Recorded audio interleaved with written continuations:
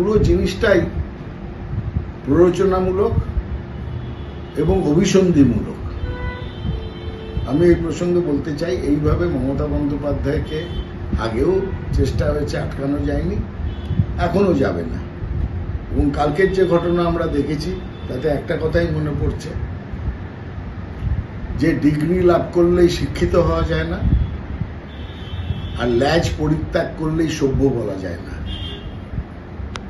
সামগ্রিক ব্যাপারটা চূড়ান্তভাবে অসভ্যতার একটা পরিচয়।